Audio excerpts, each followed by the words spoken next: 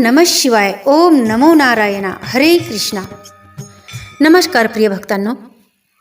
डिसेंबर 2025 मध्ये येणारी पुत्रदा एकादशी नेमकी 30 तारखेला आहे की 31 तारखेला, या प्रश्नामुळे अनेक भक्तांच्या मनात मोठं कन्फ्युजन आहे. काही पंचांग 31 तारीख सांगतात, तर काही ठिकाणी 30 डिसेंबर सांगितले जाते. खरी आणि शास्त्रानुसार योग्य तारीख कोणती हे जाणून घेण्यासाठी हा व्हिडिओ शेवटपर्यंत नक्की बघा, कारण आजच्या या व्हिडिओमध्ये मी तुमचे संपूर्ण कन्फ्युजन दूर करणार आहे. या व्हिडिओमध्ये आपण पाहणार आहोत पुत्रदा एकादशीचे धार्मिक आणि आध्यात्मिक महत्त्व, या एकादशी मागील पौराणिक कथा आणि सर्वात महत्त्वाचे, या एकादशीच्या दिवशी कोणते उपाय केल्यास संतान सुख आणि भगवान विष्णूंचा आशीर्वाद मिळतो, तसेच पूजाविधी नेमकी कशी करावी याची संपूर्ण माहिती. म्हणूनच मित्रांनो, हा व्हिडिओ स्किप न करता शेवटपर्यंत नक्की बघा, कारण महत्त्वाचे आणि प्रभावी उपाय मी व्हिडिओच्या शेवटी सांगणार आहे. जर तुम्ही आमच्या चॅनलवर नवीन असाल तर चॅनलला सबस्क्राईब करायला विसरू नका, आणि हा व्हिडिओ तुम्हाला मनापासून आवडला तर लाईक करा. सगळ्यात महत्त्वाचे म्हणजे ही माहिती, ही कथा तुम्हाला कशी वाटली ते कमेंटमध्ये जरूर सांगा, आणि ही आध्यात्मिक माहिती तुमच्या कुटुंबियापर्यंत, मित्रपरिवारापर्यंत शेअर करायला विसरू नका. चला तर मग पुत्रदा एकादशी 2025 ची संपूर्ण माहिती जाणून घेऊया. सर्वात प्रथम आपण बघूया पुत्रदा एकादशी 2025 अचूक तारीख आणि तिथी. पंचांगानुसार एकादशी तिथी सुरू होईल 30 डिसेंबर 2025 रोजी सकाळी 6 वाजता.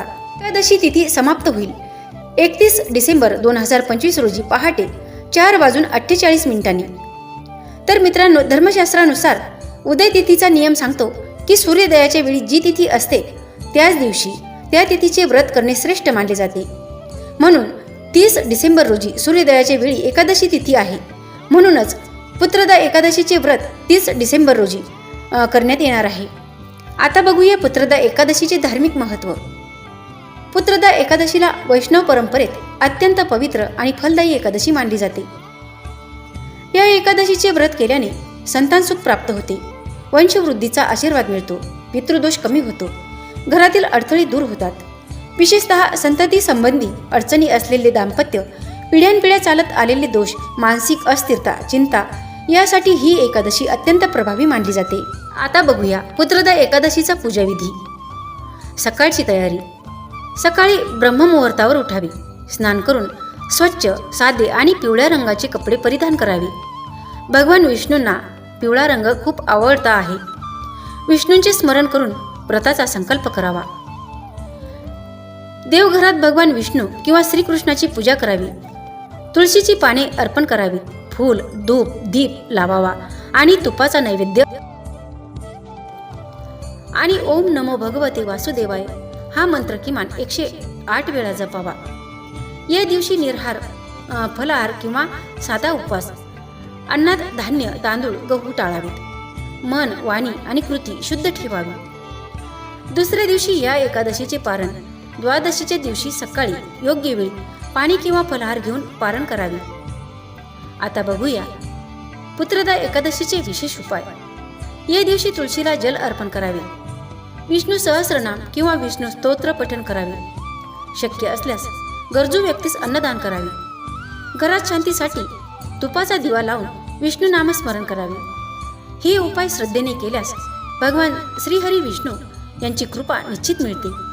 आता बघूया पुत्रदा एकादशीची भविष्य उत्तर पुराणातील ही साक्षात श्रीकृष्णाने युधिष्ठिराला सांगितलेली कथा आहे. तर ही कथा एकाग्र मनाने श्रवण करा. भविष्य उत्तर पुराणामध्ये भगवान श्रीकृष्ण आणि महाराज युधिष्ठिर यांच्या संवादामध्ये पुत्रदा एकादशीचे महात्म्य आढळते. महाराज युधिष्ठिरांनी विचारले, हे श्रीकृष्ण, कृपया मला पौष महिन्याच्या शुक्ल पक्षामध्ये येणाऱ्या एकादशीविषयी सांगा. त्या व्रताची विधी काय आहे, तथा त्यावेळी कोणत्या देवतेचे पूजन केले जाते. त्यावर भगवान श्रीकृष्ण म्हणाले, जगताच्या कल्याणासाठी या एकादशीविषयी मी आपल्याला सांगतो. अन्य एकादशीप्रमाणेच ही देखील एकादशी करावी. या एकादशी व्रताचे नाव पुत्रदा असे आहे. ही सर्व पापांचे हरण करणारी सर्वोत्तम तिथी आहे. सर्व कामना आणि सिद्ध पूर्ण करणारे भगवान या तिथीची अधिदेवता आहेत. या त्रिलोक्यामध्ये यापेक्षा उत्तम तिथीच नाही. प्राचीन काळातील कथा आहे. भद्रावतीपुरीमध्ये सुकेतुमान नावाचे राजा राज्य करत होते. त्यांच्या राणीचे नाव चंपा होते. कित्येक वर्षापर्यंत राजाचा वंश चालवण्यासाठी राजाला पुत्र झाला नव्हता. त्यामुळे दोघी पती पत्नी नेहमी चिंता आणि शोकाने व्याकुळ राहायचे. त्यामुळे राजाचे पितर राजाने अर्पण केलेले जल शोकोच्छ वासाने गरम करून पित होते. राजानंतर आम्हाला कोणीच तर्पण करणारे नाही या विचाराने पितर दुःखी झाले होते. एक दिवस आपल्या घोड्यावर स्वार होऊन सुकेतुमान महाराज दाट वनामध्ये निघून गेले. पुरोहित आदी लोकांना याची कल्पना देखील नव्हती. पशुपक्ष्यांनी भरलेल्या या दाट वनामध्ये महाराज भ्रमण करीत होते. सर्वत्र अनेक प्रकारचे पशुपक्षी पाहत महाराज वनामध्ये इकडे तिकडे फिरत होते. इतक्यात दुपार झाली. राजाला तहान आणि भूक लागली. मुळे पाण्याचा शोध घेत राजा इकडे तिकडे फिरू लागला. पूर्वजन्मीच्या पुण्यामुळे त्यांना एक सरोवर दिसले. त्या सरोवराजवळ मुनींचा एक आश्रम होता. त्याच वेळी अनेक शुभ शकुन होत होते. राजाचा डावा डोळा, डावा हात फडफडू लागला. त्यामुळे काहीतरी शुभदायक घडणार आहे याची राजाला जाणीव झाली. सरोवराच्या काठावर अनेक मुनी वेदांचे पठण करीत होते. त्यांना पाहून राजाला अतिशय आनंद झाला.